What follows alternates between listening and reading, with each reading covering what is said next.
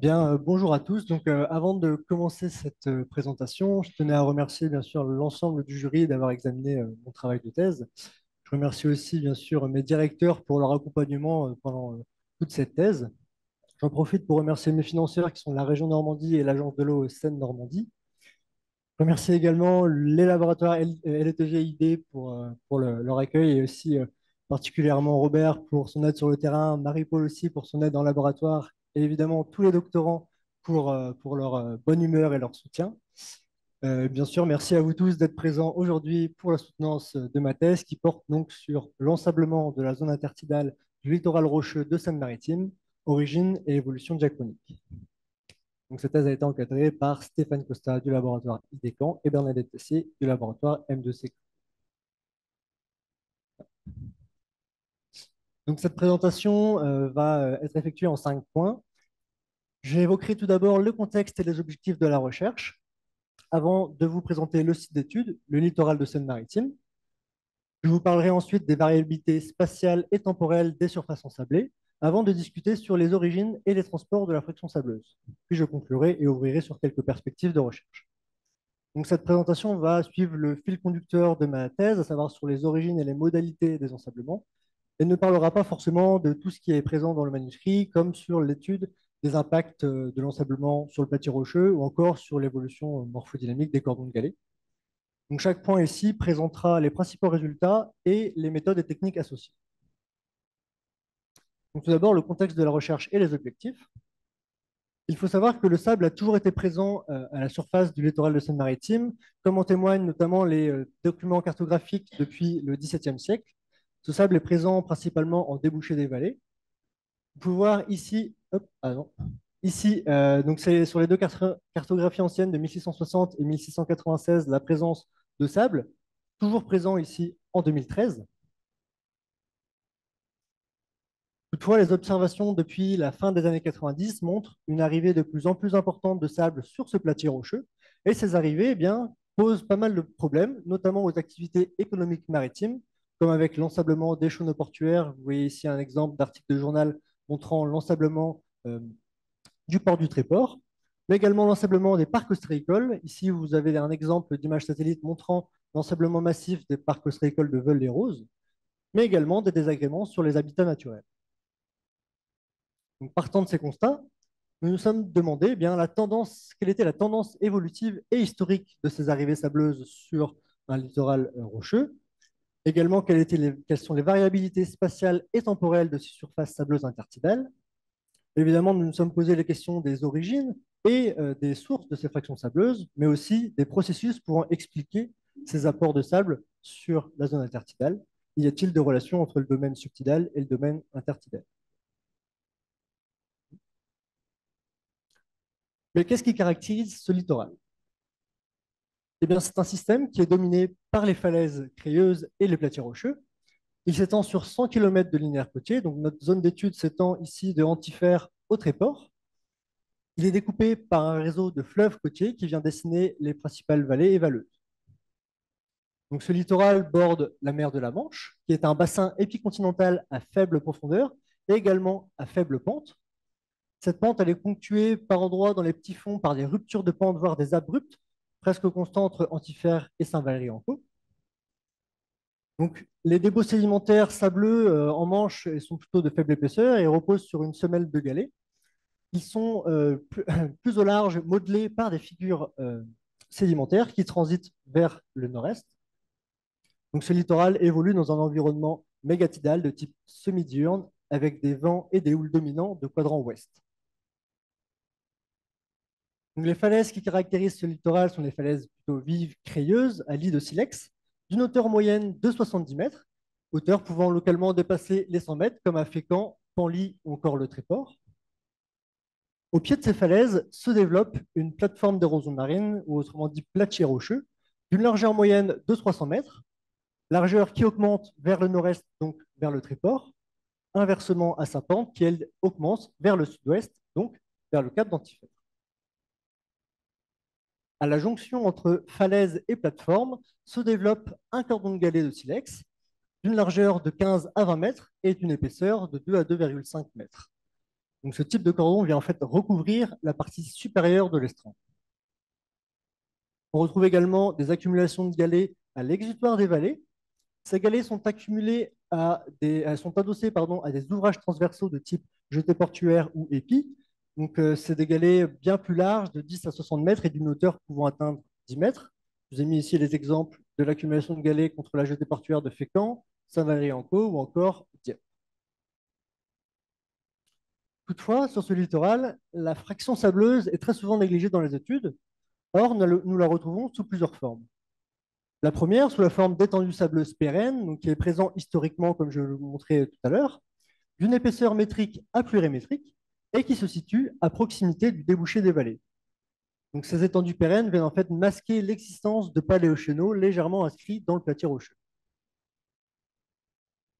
On retrouve également cette fraction sableuse sous la forme de plaquages sableux, d'épaisseur moindre, donc décimétrique à métrique, et qui se retrouve soit sur le platier rocheux qui transite en fait sur les rivages vers le nord-est, comme vous pouvez voir sur cette image, donc sous l'action des courants de houle et de marée.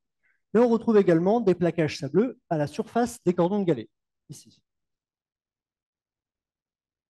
Nous avons donc voulu caractériser ces stocks sableux intertidaux en procédant notamment à plusieurs échantillonnages le long du littoral, entre Étretat et le Tréport, comme vous pouvez voir sur cette cartographie, principalement au droit des vallées et des valleuses. Lorsqu'il était possible, nous avons prélevé 3 échantillons dans le profil de plage. Un premier sur les plaquages sableux présents à la surface des cordons de galets, un deuxième à mi-estran, à plus ou moins 10 mètres du pied du cordon de galet, et enfin un troisième à bas estran, à la limite de la basse mer. Ces échantillons ont ensuite été analysés en laboratoire, notamment avec des analyses granulométriques par tamisage. Je vous ai représenté ici les histogrammes montrant la granulométrie de chaque échantillon pour les surfaces des cordons de galets mi-estran et bas estran, en fonction de la localisation. On voit premièrement que les échantillons prélevés à la surface des cordons de galets sont beaucoup plus grossiers, avec des couleurs du vert au rouge, et c'est des échantillons moyennement bien triés. À noter qu'entre Étretat et Fécamp, ces échantillons sont très grossiers. À l'inverse, sur les strands sableux, eh bien, les sables sont plutôt fins, comme vous pouvez voir avec les couleurs bleutées ici, et des sables qui sont plutôt bien triés. Notons également l'absence de sable sur l'estran ici, entre Étretat et Fécamp. Nous avons également voulu connaître la nature des grains avec des analyses par loupe binoculaire. Nous avons vu que pour les échantillons présents à la surface des cordons de galets, ce sont bien sûr les esquites silex qui dominent, puis les fragments copiés et enfin le quartz. Pour les sables prélevés sur l'estran sableux, pour les fractions, les granulométries les plus grossières, les fragments coquillés dominent, mais plus généralement, ce sont les grains de quartz. Nous avons ensuite procédé à une approche géochimique en collaboration avec le CNAM Atecmer, en suivant les études réalisées notamment par Anne Murat et Gwendoline Grégoire. Nous avons voulu en fait caractériser la composition géochimique de nos sables par analyse de fluorescence X. Donc, les résultats montrent que, bien, sans surprise, le silicium est dominant dans ces sables. Il est présent dans le quartz et le silex. Puis le calcium, qui lui est présent dans les carbonates, notamment dans les coquilles et les craies. Vous pouvez voir ici que le graphique montrant le calcium sur le silicium, on voit que les échantillons les plus fins, donc ici représentés en bleu, sont plutôt dominés par le silice, et les fractions les plus grossières ici en gris sont plutôt carbonatées. Alors que les fractions qui sont ici représentées en rouge sont plutôt un mélange en fait de ces fractions, de ces compositions. Pardon. Cette analyse nous a montré également la présence de strontium. Et le strontium avec le calcium nous a permis de déterminer 2 origines principales aux particules carbonatées.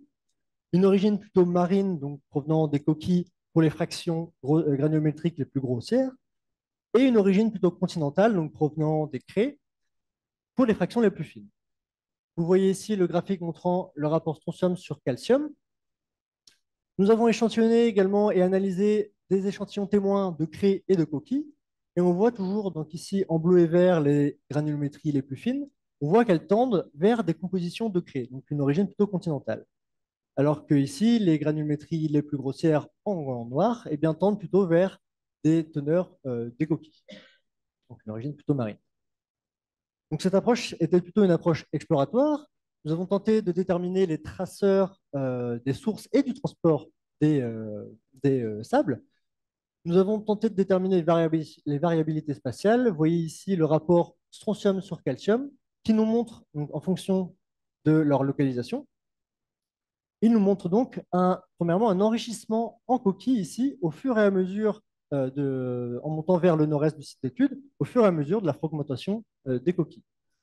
Donc cette approche, comme je l'ai dit, exploratoire, nous souhaitions un peu définir les signatures géochimiques de nos sables et il serait très intéressant de la développer, ce qui est notamment en cours dans la thèse de Clément Frigola à Intecmer. Mais comment cet assemblement eh bien, évolue spatialement et temporellement? Nous avons dans un premier temps voulu observer l'évolution historique contemporaine de ces ensemblements au travers d'une méthode de photo-interprétation qui utilise eh bien, 10 séries de photographies aériennes verticales à marée basse de 1966 à 2020, entre Antifer et le Tréport, donc sur les 100 km de linéaire côtier. Nous avons premièrement procédé à une digitalisation manuelle de ces surfaces ensablées sur chaque série. Donc, je vous ai mis ici un exemple de 1985, 99 et 2012 avec les digitalisations en rouge. Toutefois, pour pouvoir comparer ces digitalisations en fonction d'une série à l'autre, eh bien, nous avons dû normaliser, c'est-à-dire homogénéiser nos digitalisations en fonction de la série qui présentait l'estran le moins exondé. Donc, par exemple, ici 85, vous voyez que l'estran eh bien, est très peu large, contrairement à 99 et 2012, nous avons dû procéder à une normalisation afin de pouvoir les comparer.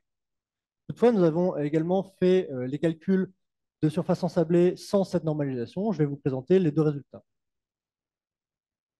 Premièrement, sur la partie donc homogénéisée de l'estran, nous observons trois stades d'évolution principaux. Vous voyez ici sur le graphique montrant les surfaces sableuses totales en fonction du temps. On voit premièrement qu'entre 1966 et les années 2000, nous avons un ensemblement très important de l'ensemble du littoral de Seine-Maritime, avec un doublement des surfaces sableuses. Puis, entre les années 2000 et 2013, nous avons une sorte de stabilisation de ces surfaces sableuses, puis un démaigrissement entre 2013 et 2020. Toutefois, si cette fois nous incluons le bas estran, c'est-à-dire si nous enlevons les séries photographiques avec l'estran le moins large, cela nous permet eh bien d'observer un estran plus grand. Vous voyez, mais par contre sur une durée plus petite. Vous voyez ici le graphique montrant l'évolution de ces surfaces sableuses entre 1995 et 2020. Nous observons globalement la même tendance évolutive avec un ensablement et un démaigrissement, mais avec 14% de surface ensablée supplémentaire. Donc pour les calculs, si nous ne prenons pas en compte les étendues sableuses pérennes qui représentent quand même des surfaces assez importantes, l'apport de plaquage sableux, l'ensablement sur ce littoral serait estimé à près de 1 million de mètres cubes, de mètres carrés, ce qui équivaut environ à 1 million de mètres cubes de sable estimé, donc ce qui est assez colossal. Cette approche historique nous a également permis de mettre en évidence deux secteurs aux évolutions distinctes. Le premier secteur occidental qui se situe du Cap d'Antifer à Saint-Valery-en-Caux est un secteur qui présente très peu ou pas de sable. En effet, sur ce graphique montrant l'évolution temporelle des surfaces sableuses pour chaque cellule hydrosédimentaire qui sont principalement définies par les jetées portuaires, elles sont représentées ici sur la cartographie. Nous voyons que entre Antifer et Saint-Valery-en-Caux, il y a très peu de sable, donc une évolution très faible. Alors que sur le secteur oriental, qui est situé de Saint-Valery-en-Caux au Tréport, nous avons une zone qui est très riche en fractions sableuses, notamment au niveau du Cap d'Ailly ici, qui se situe sur la cellule Saint-Valery-en-Caux-Dieppe. De plus, le sable qui a été échantillonné est un sable qui est fin. Donc, cette approche historique a fait l'objet d'un article qui a été publié dans la revue Géomorphologie. Elle a permis de mettre en évidence un ensemblement massif de la zone intertidale jusqu'aux années 2000, puis une forme de stabilisation des arrivées sableuses, voire une réduction jusqu'aux années 2020. Elle nous a également permis de mettre en évidence une évolution très distincte des surfaces sableuses en fonction des cellules hydrosédimentaires. En effet, deux secteurs se dessinent de part et d'autre de Saint-Valery-en-Caux, un secteur sans sable et un secteur avec du sable. Toutefois, qu'en est-il des évolutions à plus court terme? Et bien pour cela, nous avons fait appel à l'imagerie satellite en mettant au point une méthode de machine learning qui se base sur la classification supervisée orientée pixel. Donc, cette méthode, on a utilisé cette méthode dans le but de détecter semi-automatiquement les surfaces sableuses à partir de plusieurs images satellites. Les images Sentinel-2 d'une résolution de 10 mètres, mais avec une fauchée importante nous permettant de couvrir l'ensemble du littoral. Les images PlanetScope, donc avec une résolution meilleure de 3 mètres, mais néanmoins une fauchée plus restreinte, donc autour du Cap BI, mais avec une récurrence importante, quasiment mensuelle. Et enfin, les images PlanetScope avec une très bonne résolution, 0,5 mètres, mais néanmoins avec peu d'images et plutôt morcelées sur le littoral. Toutefois, l'utilisation de cette image nous a permis de valider l'utilisation des autres images avec une résolution moins forte. Donc pour cette méthode, nous avons défini 5 classes qui caractérisent le littoral de Seine-Maritime. Le sable, évidemment, en jaune, le platier rocheux en vert, les cordons de galets en gris, la mer en vert, en bleu, et l'ombre projetée des falaises en noir. Donc, pour chaque classe, nous avons défini le même nombre de polygones d'entraînement du modèle, mais également le même nombre de polygones de validation du modèle.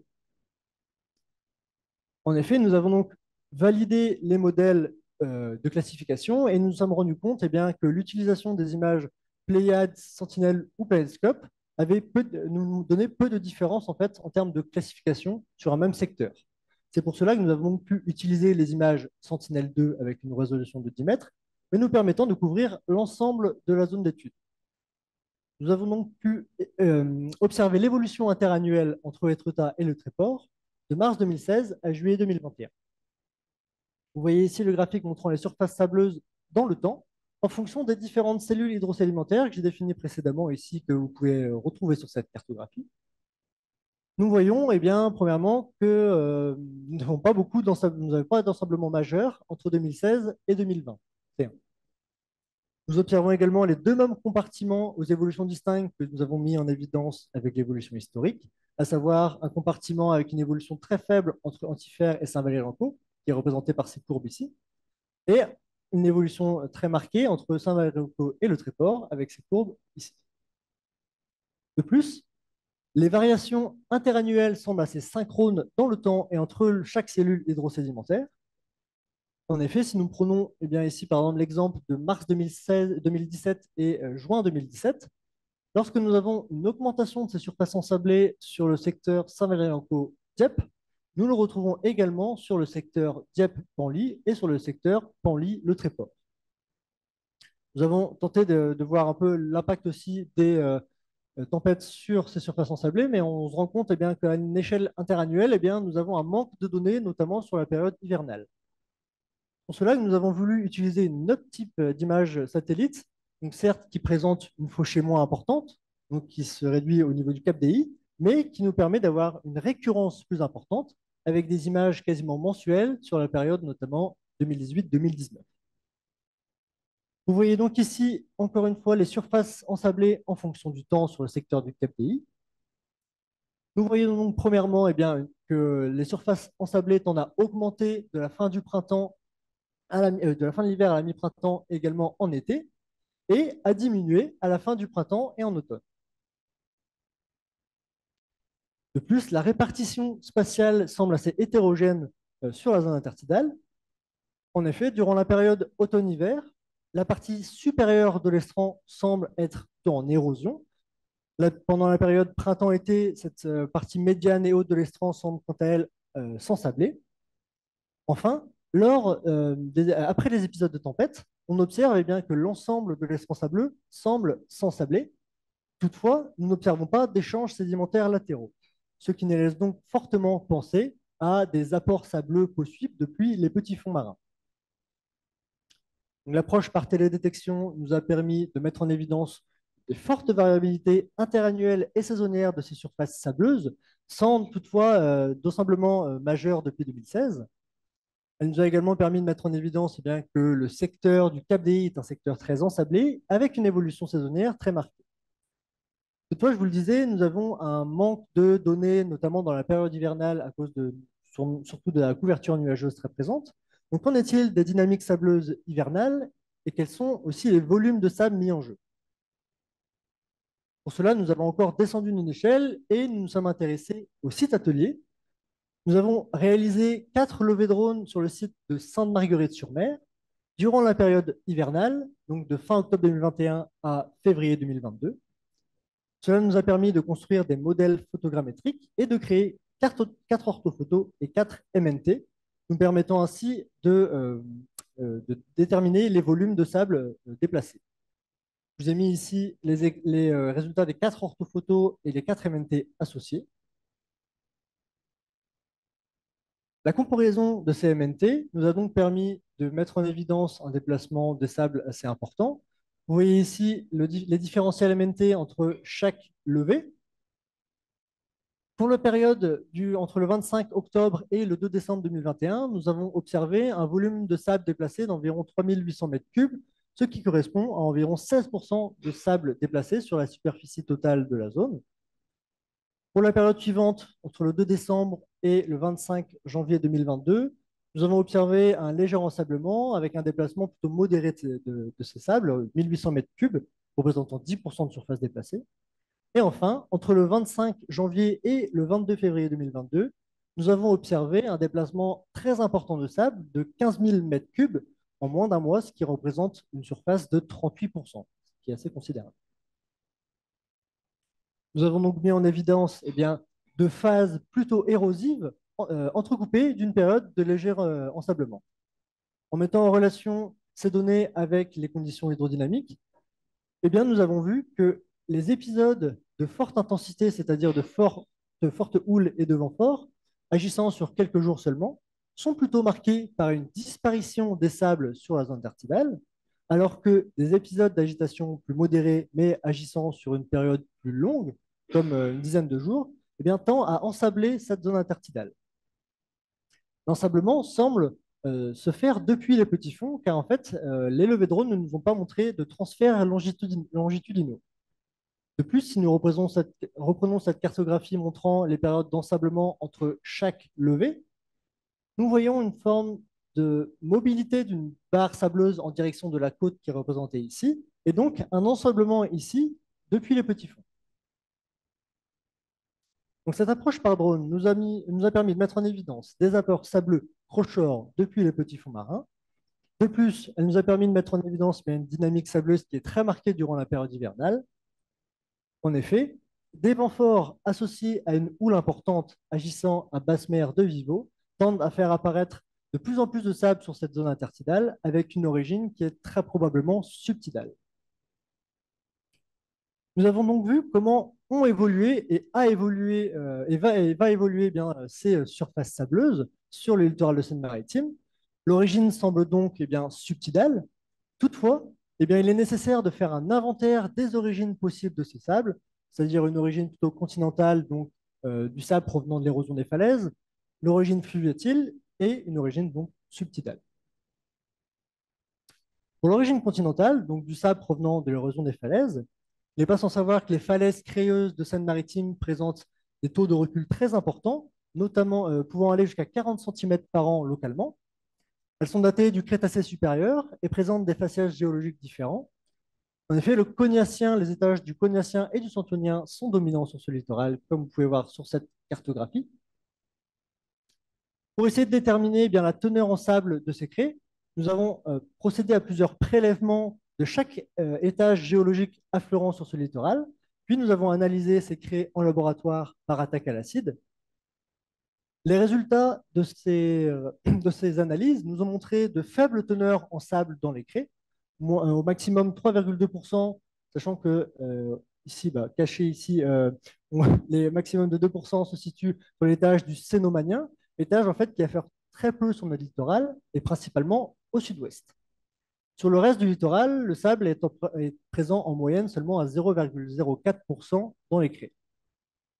De plus, les faciès qui semblent pouvoir apporter le plus de sable sont des faciès qui sont situés sur le secteur sud-ouest du site d'étude. Et rappelez-vous, c'est un secteur qui ne présente pas, voire peu de sable sur la zone intertidale. Les sables que nous avons observés après l'attaque à l'acide sont des sables plutôt blancs et très fins, donc différents de ceux que nous avons échantillonnés sur l'estran. Ces falaises sont surmontées par des formations superficielles de type altérite à silex, formation éocène et leuce. Donc après une analyse plutôt bibliographique, nous avons vu que les formations résiduelles à silex ont une épaisseur allant jusqu'à 16 mètres sur la Seine maritime, comme vous pouvez voir sur cette cartographie de Canel et Léniel 97. Elles sont composées de résidus de dissolution de la craie et de sable pliocène, mais présentent toutefois une faible teneur en sable, jusqu'à 13% en moyenne sur l'ensemble de la Seine maritime. Pour les formations leuciques, elles sont principalement composées de fractions limoneuses dominantes, avec une faible proportion en sable fin, donc moins de 15%. Les terrains tertiaires argilo-sableux qui sont présents notamment ici sur le Cap TI, eh bien, sont des terrains qui présentent des épaisses poches de sable représentant plusieurs centaines à milliers de mètres cubes de sable. C'est un terrain qui a été étudié par le BRGM, notamment après le glissement de terrain en 2012.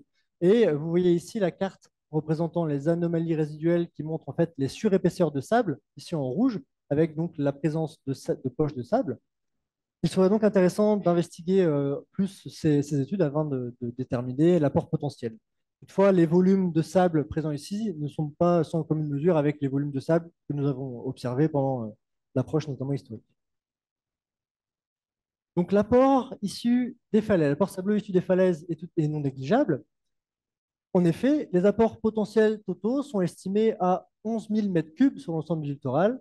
3,5% proviendraient de l'érosion des craies, 31% des altérites à silex et 65% des formations leuciques. De plus, la répartition spatiale de ces apports est très variable, notamment en fonction des cellules hydrosédimentaires. En effet, si nous reprenons ici les histogrammes qui nous montrent les apports potentiels des falaises, on voit qu'entre Antifère et Saint-Valery-en-Caux, cette zone est susceptible de porter le plus de sable. Toutefois, ce secteur, présent au sud-ouest de Saint-Valery-en-Caux, est un secteur qui ne présente pas, voire peu de sable sur la zone intertidale. De plus, le sable qui est issu de l'érosion de ces falaises est un sable qui est très fin, donc plus fin que celui que nous avons échantillonné sur l'estran. Qu'en est-il toutefois bien de l'origine fluviatile? L'analyse bibliographique nous a montré que pour les fleuves côtiers, leur débit était très faible et les apports étaient majoritairement de la matière en suspension. Pour le fleuve Seine, le débit est bien plus conséquent et est à même à apporter jusqu'à 500 000 m3 par an de matière en suspension et pourrait transporter des grains de sable fins, par contre, avec une granulométrie inférieure à 100 micromètres. Donc l'apport des fleuves côtiers et de la Seine est plutôt en sable est plutôt négligeable. Toutefois, les stocks sableux qui sont présents à l'embouchure de la Seine peuvent constituer une source majeure en sable. En effet, l'anthropisation du lit de la Seine depuis le 19e siècle a eu comme conséquence de modifier les conditions hydrodynamiques de l'estuaire. Le débit de la Seine a donc augmenté, ce qui a entraîné une migration des bancs sableux d'embouchure vers le domaine marin. Les cartographies ici représentent donc les deux grands bancs, le banc d'Amphare et le banc du Ratier, qui semblent au fur et à mesure du temps se déplacer vers le domaine marin. Ces bancs sont composés de sable fin à moyen, donc similaire à notre sable. Donc, est-ce que l'extrémité de ces bancs pourrait être repris par les courants tidaux et venir alimenter nos stocks sableux vers le nord-est? Ce n'est pas les seuls stocks présents en baie de Seine. En effet, d'autres stocks sableux fins sont issus de la construction et de l'entretien des ports et correspondent aux dépôts de dragage qui sont répartis en baie de Seine et qui sont fortement mobilisables par les courants tidaux. En effet, les modélisations de Lemoine montrent par exemple que pour le site du Canic ici, eh bien, les sables clapés ont plutôt tendance à revenir vers l'intérieur de l'estuaire. Pareil pour le site du Machu. Mais par contre, pour le site d'Octeville, qui présente des quantités très importantes de sable fin notamment, eh bien, les modélisations montrent que ce sable a tendance à être fortement mobilisé vers le nord, vers le large, donc vers notre zone d'étude. Donc la remobilisation des stocks d'embouchure qui sont constitués des zones de clapage d'Octeville que je vous parlais juste à présent et des grands bancs sableux représente plusieurs millions de mètres cubes de sable fin à moyen, donc avec une granulométrie similaire.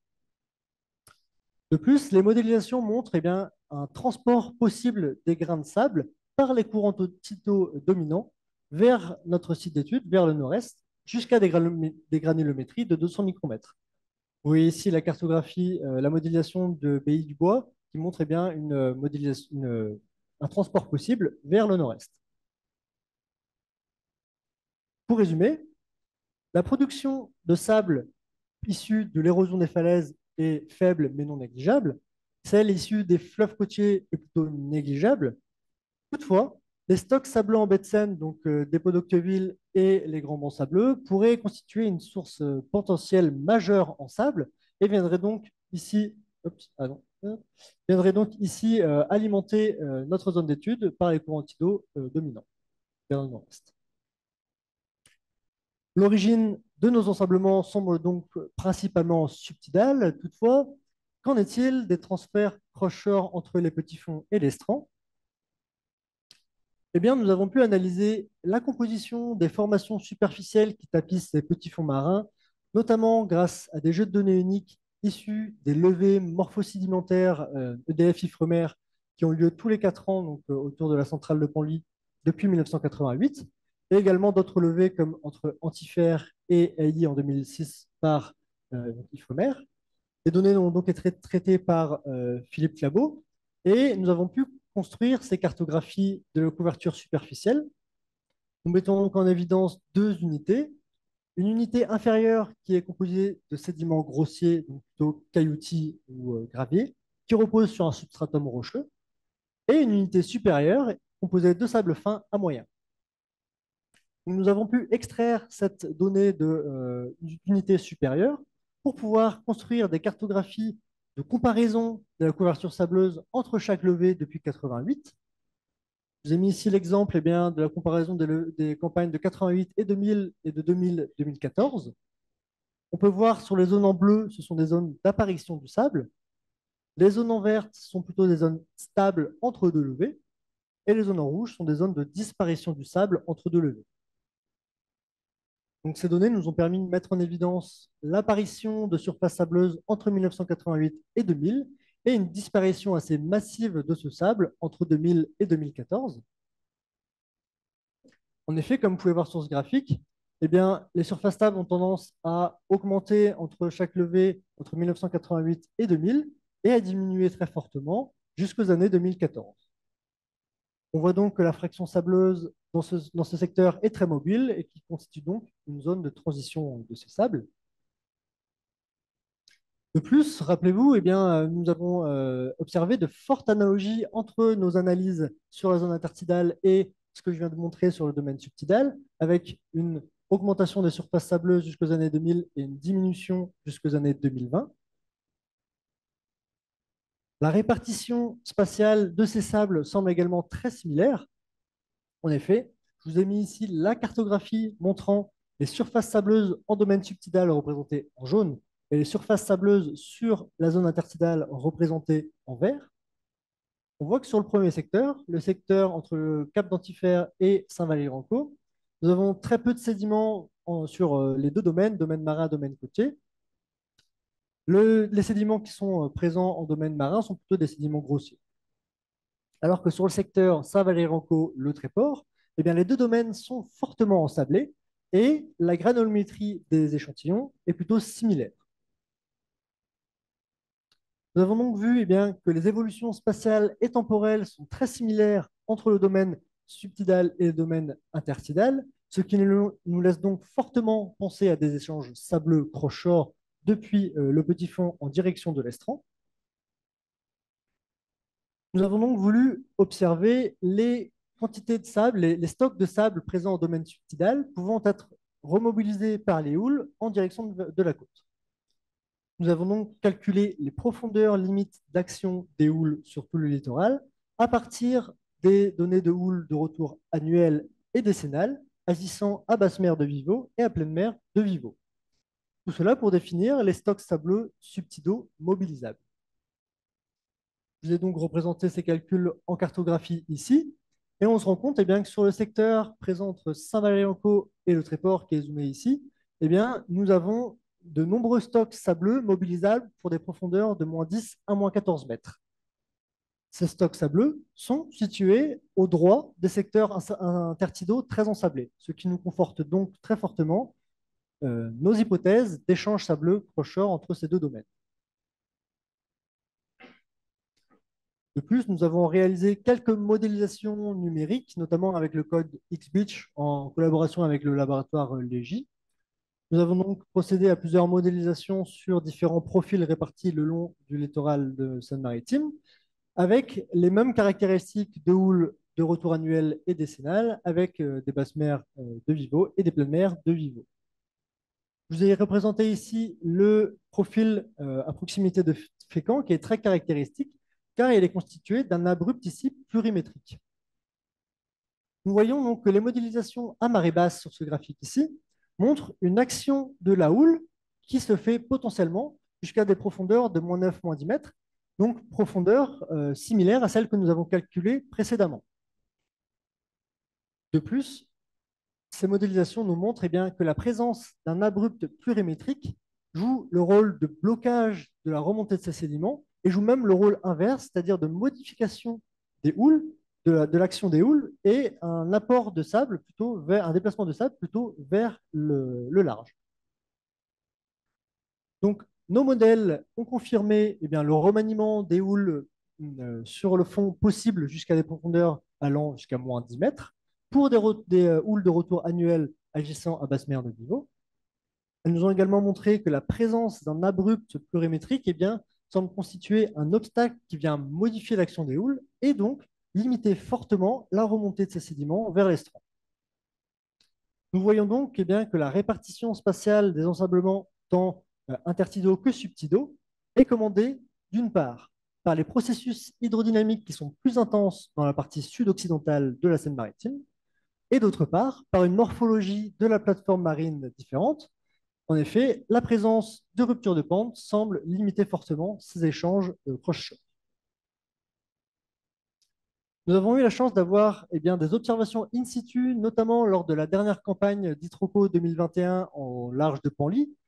En effet, nous avons eu donc accès à des exemples de levée sonar sur un même secteur juste avant et juste après un fort coup de vent de retour annuel. J'ai mis ici des exemples de ces levées sonars qui nous ont montré, d'une part, un remaniement du fond marqué par la présence de rips de houle, comme vous pouvez voir ici, et un remaniement par la houle qui semble se généraliser à des profondeurs de -11 à -14 mètres. Donc, lors de ce coup de vent interannuel, la houle était quasiment frontale ici au trait de côte, avec des courants de marée qui étaient plutôt parallèles ou obliques au trait de côte, ce qui nous laisse donc fortement penser à une remodulation des sables en direction de l'est.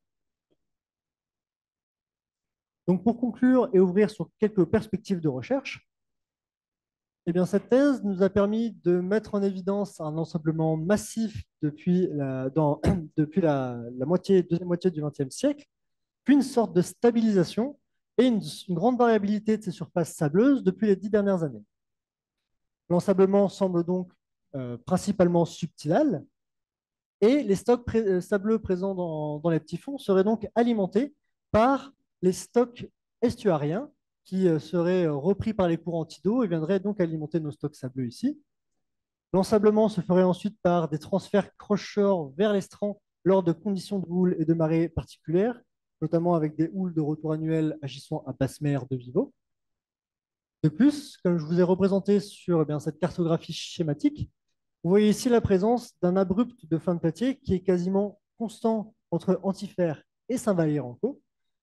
Cet abrupt, en fait, viendrait bloquer la remontée de sédiments, ce qui expliquerait en partie l'absence de sable sur la zone intertidale, alors que sur ce secteur, entre Saint-Valery-en-Caux et le Tréport, d'une part, la pente est plus douce et nous avons la présence de fortes quantités de sable sur la zone intertidale.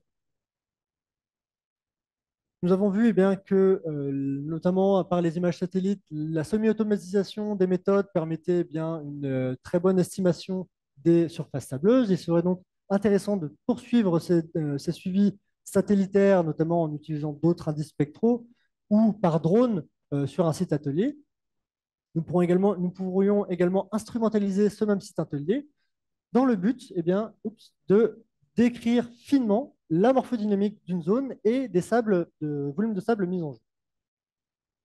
Nous pourrions également mettre en place des traceurs de ces sables et donc développer cette approche géochimique pour déterminer les dynamiques sableuses, d'une part, entre les zones de clapage de la Seine et notre zone d'étude, ou encore entre les petits fonds et les strands.